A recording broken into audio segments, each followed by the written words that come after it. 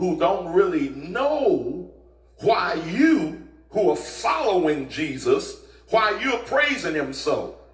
So that question is, what's going on? Who is this? And then the crowd that's following, it becomes our responsibility to answer the other folk and let them know who Jesus is. Because it is still true, as it was when I was a youngster growing up and they used to sing, everybody don't know. Everybody don't know who Jesus is. Who Jesus is, and everybody don't know.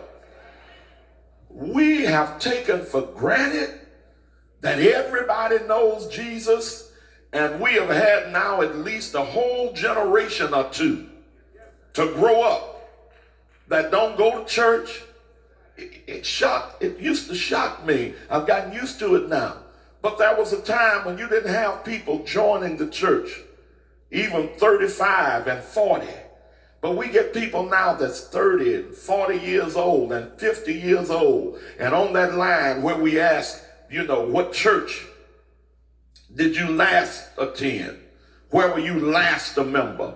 We're getting folk who've never been members. I'm talking about 40, 50-year-old people that's never been a member of a church. That was unheard of years ago. But because we've taken for granted that everybody knows who Jesus is, we are not busy witnessing and talking about him like we ought to. So just as it was in that day, it is today. There are people who are yet asking the question, who is this? And they think that he is just another one in the line of founders or establishers of new religions.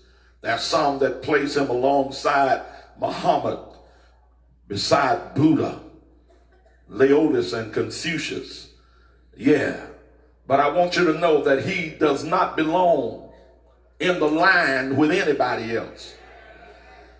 He had to in fact, God the Father had to let Peter and James and John know that.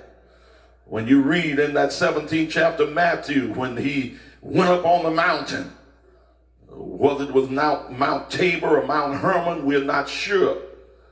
But that mountain has been eternally memorialized as the Mount of Transfiguration. Because here he left 9 of his disciples at the base of the mountain, took only Peter, James, and John to the summit. And while there, they fell asleep, and Jesus was visited by Moses. The last thing we heard from him, he was buried in a secret grave. And I don't know what happened, but he evidently got up out of that grave and appeared on the mountain with Jesus. The last thing we heard from Elijah, he was on a chariot of fire, gone to the heavens itself. I don't know if he caught another chariot or the same one, but he came back and he was on the mountain with Jesus. Peter, James, and John that were there woke up, and Peter said, Master, it's good for us to be here. Tell you what, let's build 3 tabernacles. One for Moses, one for Elijah, one for you. We'll worship at your church for a while, and then we'll go to the church of Moses for a while, and then we'll go to the church of Elijah for a while. And while he was making that ridiculous presentation, God allowed a cloud to overshadow the mountain. And the voice of the Heavenly Father spoke out and said, this is my beloved Son, and in him I'm well pleased. Hear ye him. And when the cloud had rolled away, Moses was gone and Elijah was gone. And wasn't anybody left but Jesus and Jesus only. And I just want you to know, when you try to put all of these other folk along beside him, when the cloud of time rolls away, you're going to find Muhammad will be gone, and Buddha will be gone, and Laodice and Confucius will be gone, and Sun Myung Moon and Hare Krishna will be gone. Won't be nobody left to claim deity but Jesus and Jesus only.